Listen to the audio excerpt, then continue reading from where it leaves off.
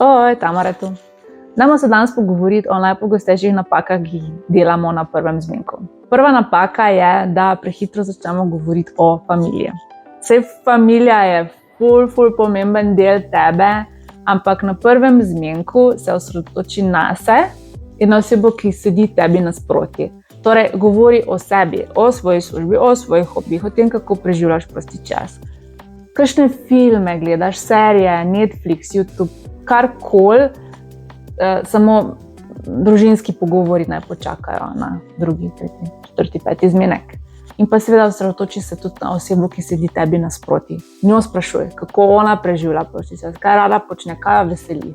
Druga najpogostejša napaka je, da prepogosto gledamo v telefon. Zdaj, če zmenek v redu poteka, ni nobene potrebe po tem, ne to delati.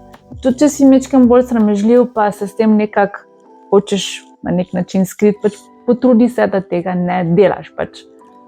Ni vljudno, to se ne dela. Ne to delati, ne.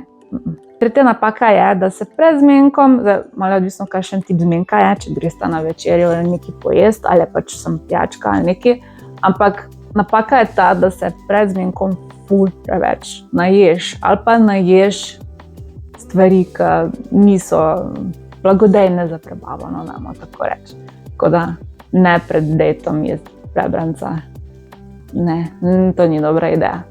15 zmenek, probaj iti čim bolj sproščena, pa vidiš, kam te odpelje. Probaj uživati. Pa izogibaj se tem napakam, ki smo jih našteli.